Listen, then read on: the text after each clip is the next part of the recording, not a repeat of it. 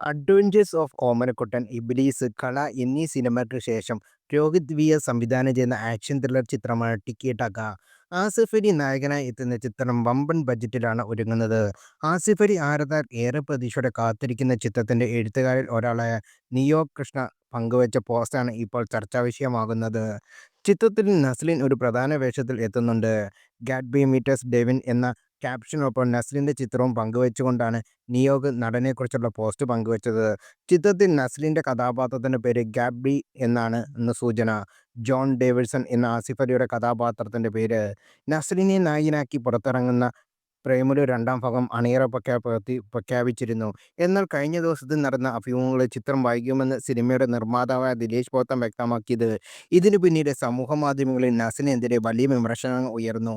നസ്ലിന് തിരക്കഥ ഇഷ്ടമായില്ലെന്നും ചിത്രത്തിൽ നിന്ന് നടൻ പിന്മാറിയും എന്നും വരെ റിപ്പോർട്ടുകൾ വന്നിരുന്നു. നസ്ലിൻ കാരണമാണ് സിനിമ വൈകുന്നത് എന്ന് പറഞ്ഞ് നിരവധി പോസ്റ്റുകൾ സമൂഹമാധ്യമത്തിൽ ഇതിനു പിന്നാലെ വരാൻ തുടങ്ങി. അതിനോടൊപ്പം ടിക്കി ടാക്കിലെ നസ്ലിൻ ആസിഫ് അലിക്കായി പ്രതിഫലം ആവശ്യപ്പെട്ടുവെന്നും ഇതുമൂലം നടനെ സിനിമയിൽ നിന്ന് പുറത്താക്കിയെന്നും സോഷ്യൽ മീഡിയയിൽ ചർച്ചകൾ ഉയരുന്നുണ്ട്. ഇത് നസ്ലിനെതിരെയുള്ള ക്യാമ്പയിൻ സ്വഭാവത്തിലേക്ക് നീങ്ങുന്നുണ്ട്.